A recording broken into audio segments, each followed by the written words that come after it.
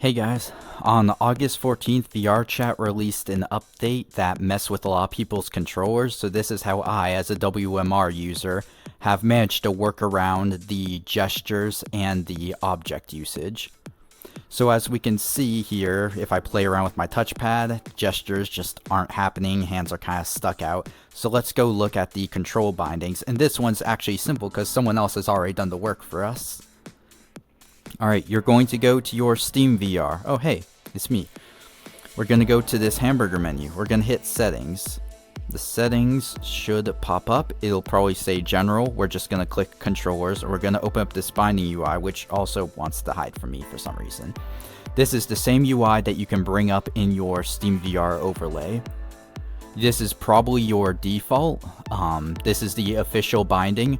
We're going to look for this 2024 new Vive controller style bindings, and we're going to hit activate. And we've got finger wiggles, so we've got half the problem solved. But what about object usage? When it comes to object usage, interact and grab used to be bound to the same button, but now they no longer are. Therefore, it makes things like your camera, you can't just one hand and grab it, or a firearm, you now have to use several different buttons compared to what you used to use. So let's go fix that. Okay, so back here in the controller bindings, we're going to go edit our new binding. We're going to add a button to our index trigger, and we're going to add a grab to this button. That way, interact and grab are bound to the same input. We're then going to go to where the palm trigger is and click grab, and we're going to replace it with drop.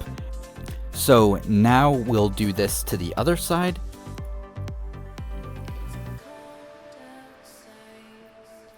And once again, back in game, I now only have to use my trigger to pick up, and it'll auto hold, and I can lay on it to fire, just like the old behavior before the update.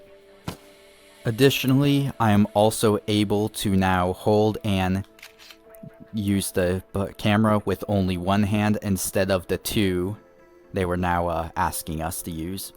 Now, things aren't perfect, but it should be enough to get you rolling. I still have issues with stuff like drift that only happens when certain menus are open and switches hands. Also, with the gesture layout that I've shown you, unfortunately, if I open up the Steam overlay, the hands will now spread in very awkward parts and just revert to the old thing, the old system. I don't know how to fix that yet, and if anyone knows, please leave a comment down below and we'll try to fix this together. But I hope that at least gets you started and somewhat back in the game.